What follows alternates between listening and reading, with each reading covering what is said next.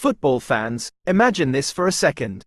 The World Cup is around the corner, nations are preparing for the biggest tournament in football, and the pressure is on. But what if FIFA suddenly introduced a crazy new rule? What if teams that qualified for the World Cup could ask for help from players whose countries failed to qualify? Think about it. Some nations have incredible squads but still have one weak spot holding them back.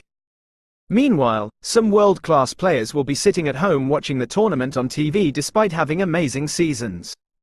So today we're fixing that.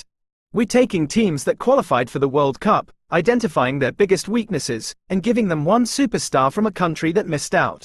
Let's see who becomes terrifying. And stay until the end because one country gets a player that could genuinely turn them into title contenders. Let's get into it. We'll start with the USA. As one of the host nations, the pressure on America is going to be massive. Playing at home means expectations will be through the roof, and they can't afford to just participate. They need to make a statement. Now looking at their squad, one of their biggest issues is on the left wing. Their options there aren't exactly stacked. Max Afston is one of the few natural left-wing choices, while Sergiño Dest can play there too, but naturally he's a right back.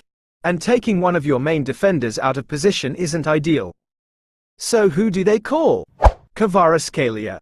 Georgia may be missing out on the World Cup, but Kvaratskhelia definitely shouldn't be ignored. We're talking about one of the best wingers in football right now. He can play on the left, on the right, as a striker, and he's comfortable with both feet. Need someone to dribble past defenders? He does it. Need someone to create chances? He does that too. Need goals in a big moment?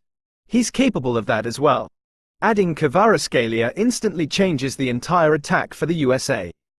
Suddenly teams can't just focus on Christian Pulisic. And if America really want to prove they're more than just hosts, this is the type of player they need. Next up, Germany. Germany always enters tournaments with expectations, but there's one issue in their squad. Right back. Joshua Kimmich has been filling that role. But let's be honest here. Kimmich's natural position is in midfield. He's one of the best controlling midfielders in football, and moving him to right back feels like using your sports car to deliver groceries. It works. But you're wasting potential. So Germany need reinforcements. Someone like Conor Bradley from Ireland could help with depth, but another player who can give them flexibility is Dominik Szoboszlai. Now I know what you're thinking. Dominik Szoboszlai at right back. Hear me out. His versatility becomes valuable in tournaments. He can play centrally, operate deeper, and provide additional options in different situations. And he isn't the only Hungarian on this list. Remember that, because another Hungarian is coming later. Guess who it is in the comments. Moving on to Canada. Another host nation. Another country that needs to make a statement. Canada has improved massively in recent years, but one issue stands out. Left-back depth. And yes, before anybody says it, Alphonso Davies exists. But that's also the problem. They're way too dependent on him. If Davies gets injured or needs rest, suddenly things become very uncomfortable. So they need someone who can step in and still create danger. Enter Federico Di Marco. Italy might be missing out on the World Cup, but Di Marco would be a dream addition. He had an incredible season with Inter Milan. He creates chances constantly, delivers dangerous crosses, contributes defensively, and he's also excellent on set pieces. What makes him special is balance. Some fullbacks are amazing going forward but shaky defensively. Others defend well but offer almost nothing in attack. Di Marco gives you both. And experience too. But here's something interesting. He isn't the only left back on this list. Remember that as well. Now let's talk about Portugal. Because this World Cup could be historic. This might genuinely be Cristiano Ronaldo's final opportunity to achieve his dream of lifting the World Cup trophy. And when you look at Portugal's squad, their midfield is ridiculous. Bruno Fernandes, Bernardo Silva, Vitinha, João Neves. Possibly one of the strongest national team midfields in football. But then we look at the right wing. Pedro Neto and Francisco Conceição haven't exactly had explosive seasons. Combined, they only managed around 8 goals at club level. And here's the crazy part. Bruno Fernandes actually outscored them despite spending part of the season playing deeper. Portugal needs someone who guarantees output, someone who scores, Someone who delivers. Someone like Brian Mbeumo. Cameroon may be missing the World Cup, but Mbeumo has been brilliant. 11 league goals. Direct attacking threat. Excellent movement. Great finishing. And perhaps most importantly, he already has chemistry with Bruno Fernandes.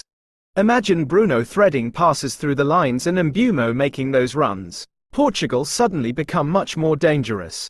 And if they want to compete with teams like France and Spain, this could be exactly what they need. Now for the Netherlands. The Orange Army will be aiming for a deep run. Defensively, they're already very strong. But I said almost perfect. Because there is still one issue. Left back. Nathan Ake has only recently returned from injury, and his fitness situation isn't completely certain. And another option is Mickey van der Ven. Except he's naturally a centre-back. Playing players out of position at the biggest tournament in football. That's risky, especially if you're a nation expected to challenge. Now remember those two things I told you earlier.